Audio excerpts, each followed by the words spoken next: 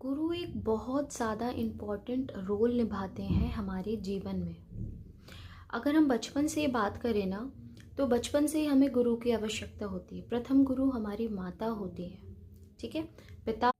उसके बाद जब हम विद्या ग्रहण करने भी जाते हैं तो भी हमें विद्यालय में गुरु की ही आवश्यकता होती है ना। वरना हम कुछ चीज़ सीख ही नहीं पाएंगे। तो जब बात साधना की आ रही है, इतनी बड़ी चीज़ को हम प्राप्त करना चाहते हैं या हम किसी देवी देवता को प्रसन्न करना चाहते हैं, तो वहाँ तो गुरु की आवश्यकता होगी ही होगी। मैं एक कहानी आपको सुनाती हूँ, कथा है ये, और मैंने भी संतों के माध्यम से सुनी है।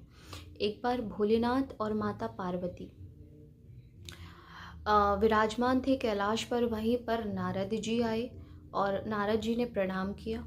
इतने में ही नारद जी देखते हैं कि बहुत सारे लोग चलकर आए, महादेव के पास प्रणाम किया और बहुत सारी चर्चा हुई। और जब वो व्यक्ति उठकर गए, सभी लोग भक्त लोग जब उठकर गए, तो भगवान बहुत प्रसन्न थे, लेकिन उनके जाते ही भगवान ने वहाँ की सफाई करवा दी। नारद जी को बड़ा अटपटा लगा। उन्होंने पूछा कि प्रभु, आपसे एक निवेदन करना है। कि हाँ बोलिए नारद। तो उन्होंने कहा, प्रभु आपके इतने प्यारे भक्त थे, आप खुद मतलब ऐसे स्वागत कर रहे थे उनका कि जैसे लाइक बहुत ही ज़्यादा दिल के आपके करीब हो। तो उन्होंने बोला हाँ बिल्कुल है। शिव जी ने बोला हाँ बिल्कुल है। तो प्रभु जब वो इतने दिल के करीब हैं, आपके इतने उच्च माध्यम के भक्त हैं, उनके जाते ही आपने सफाई करवाई। जबकि ऐसा तो नहीं होता। जब कोई जाता है तो हम कभी भी उसके जाने के बाद झाड़ू इत्यादि तो नहीं लगाते हैं। फिर आपने यहाँ की सफाई क्यों करवाई जहाँ पर वो लोग बैठे थे? तब उन्होंने मुस्कुराकर कहा कि नारद, ये बहुत प्रिय भक्त हैं मेरे, ठीक है, लेकिन इन्होंने अपनी भक्ति में कभी गुरु का सहारा नहीं लिया। इन्होंने जो भक्ति की ना, वो अपने माध्यम से की।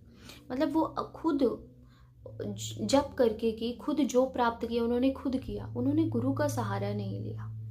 फिर नारद जी को एक बात खटकी कि प्रभु ये क्या कह रहे हैं। मतलब आप जो भी यहाँ पर, चाहे कितने से कितना बड़ा भक्त आपका क्यों ना हो, लेकिन जब वो आते हैं आप उनका स्वागत करते हैं, आप उनका आदर करते हैं, प्रेम भी करते हैं, लेकिन ऐसी लीला करते हैं प्रभु आप। तो उन्होंने बोला हाँ नारद, जिसके पास गुरु नहीं है ना, वो चाहे कितनी भी बड़े पद को प्राप्त हो जाए, लेकिन सच यही है कि वो अधूरा ही होता है।